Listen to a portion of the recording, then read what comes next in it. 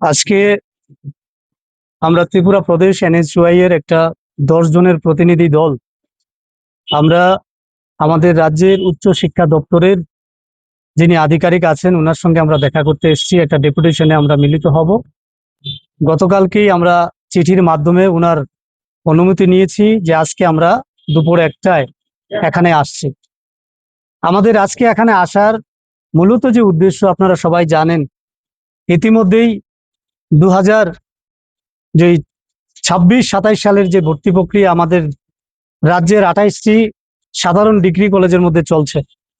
সেখানে আপনারা জানেন 2020 সালেই আমাদের দেশের মধ্যে জাতীয় শিক্ষানীতি চালু হয়েছে, যেখানে বলা হয়েছে এখন থেকে সমস্ত ডিগ্রি কলেজগুলোর মধ্যে 3 বছরকে বাড়িয়ে সেখানে 4 বছরের কোর্স করা হবে, অর্থাৎ 8 সেমিস্টার 8ম সেমিস্টার পর্যন্ত সেখানে পড়াশোনা করার সুযোগ করে দিয়েছে ছাত্রছাত্রীদেরকে যারা অনার্স নিয়ে পড়বে সেখানে।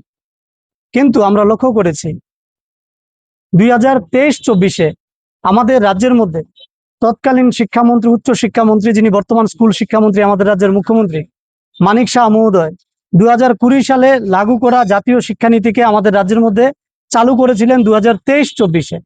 সেদিন ঘটা করে উনি বলেছিলেন আমাদের রাজ্যের বর্তমান যে উচ্চ শিক্ষা যে পরিকাঠামো এখন উন্নত হয়েছে, তাই আমরা জাতীয় শিক্ষানীতি আমাদের রাজ্যেও চালু করছে। কিন্তু আজকে যখন যারা 6ষ্ঠ সেমিস্টার পাশ করে 7ম সেমিস্টারে ভর্তি হওয়ার কথা, তারা আজকে হন্য হয়ে ঘুরছে। প্রায় 28টি কলেজের মধ্যে 8000-এর অধিক আমাদের রাজ্যের ছাত্রছাত্রীরা আজকে দপ্তরের কখনো এই অফিস, কখনো ওই অফিস, কখনো কলেজ, তো কখনো শিক্ষা দপ্তর, বারংবার তারা ঘুরছে ভর্তি হওয়ার জন্য। তাদের কাছে ভর্তি প্রক্রিয়ার কোনো সুনির্দিষ্ট রূপরেখা সেখানে নেই।